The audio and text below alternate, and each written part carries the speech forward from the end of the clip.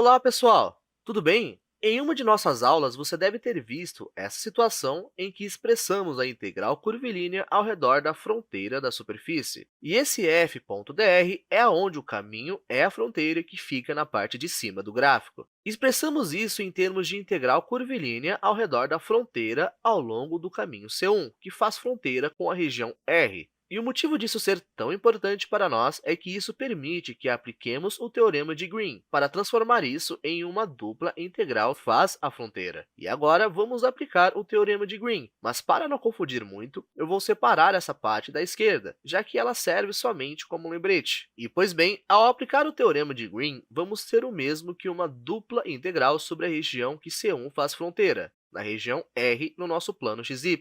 Assim, temos a parcial em relação a x de q mais rz em relação a y menos a parcial em relação a y de p mais r vezes a parcial de z em relação a x. E, por fim, colocamos dA, que é uma pequena diferencial em nossa região. E, para calcular isso, vamos pegar as parciais de cada uma dessas expressões, expandir elas, simplificar e ver se conseguimos algo semelhante à expressão que temos lá em cima. E essa integral curvilínea, nesse caso em especial, vai provar para nós o teorema de Stokes. E por ser um caso especial, vamos aplicar os operadores de derivada parcial. Então, primeiro, queremos pegar a derivada parcial em relação a q. Para isso, lá em cima, temos a expressão p, q e r, em que cada um deles são funções de x, y e z, e assumimos que eles são representados dessa forma. Porém, caso z não fosse uma função de x, iríamos pegar a parcial de q em relação a x. Mas nesse contexto todo, o que acontece é que assumimos que z em si é uma função de x e y.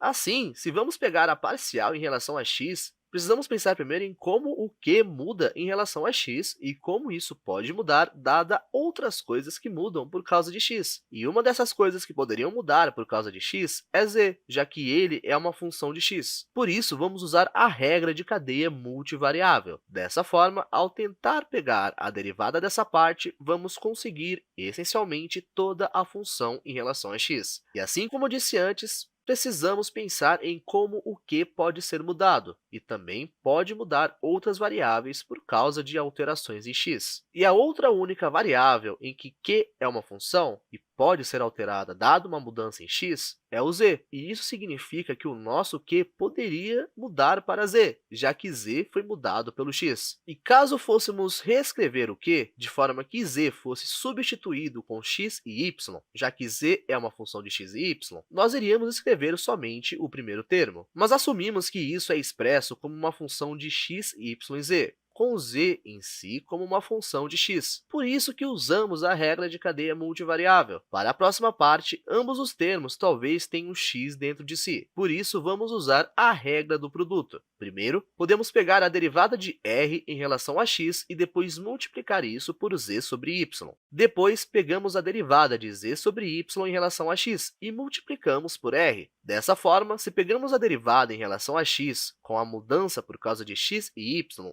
vamos ver, mais uma vez, como z muda por causa de x. E isso é a regra de cadeia multivariável em ação. Mas é claro que pegamos a derivada dos primeiros termos vezes os segundos termos. Assim, temos a parcial de z em relação a y mais a derivada do segundo termo, que é z em relação a y. Daí, pegamos a parcial disso em relação a x. Assim, essa é a parcial em relação a x dessas expressões, e precisamos subtrair com essa parcial em relação a y.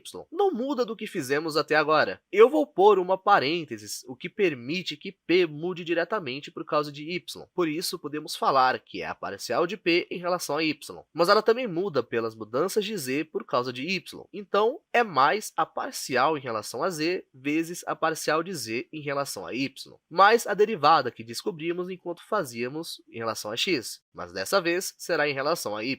Assim, a parcial de r em relação a y mais a parcial de r em relação a z vezes a parcial de z em relação a y vezes z sobre x mais a derivada do segundo termo vezes o primeiro, ou seja, a derivada da parcial de z em relação a x em relação a y multiplicado por r. E um lembrete legal é que tudo isso que fizemos aqui é na parte de dentro da integral dupla. Assim que tudo estiver um pouco mais claro, eu vou reescrever a integral e o dA. Mas agora eu vou reescrever as informações que temos de uma forma mais simples. E sendo bem franco com vocês, é só uma questão de álgebra. A parcial de q em relação a x mais a parcial de q em relação a z vezes a parcial de z em relação a x mais a parcial de r em relação a x vezes a parcial de z em relação a y mais a parcial de r em relação a z vezes a parcial de z em relação a x vezes a parcial de z em relação a y mais a parcial de z em relação a y e em relação a x vezes r. Agora vamos subtrair as coisas. Então, menos a parcial de p em relação a y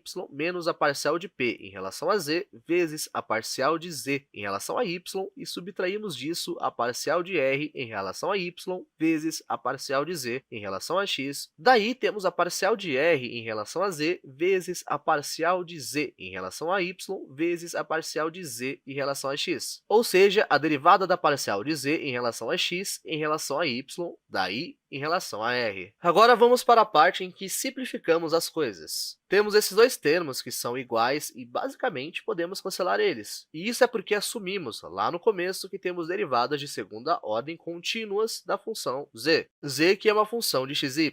Isso significa que outros dois termos se cancelam. Agora, eu vou tentar escrever os termos de forma que comecem a fazer algum sentido e, de alguma forma, que fique parecido com a expressão que temos, em que os termos têm z sobre x ou z sobre y. Dessa forma, temos esse termo e temos esse outro, e podemos fazer a fatoração de z sobre x. Agora, vamos conseguir a parcial de z em relação a x vezes a parcial de q em relação a z, menos a parcial de r em relação a y.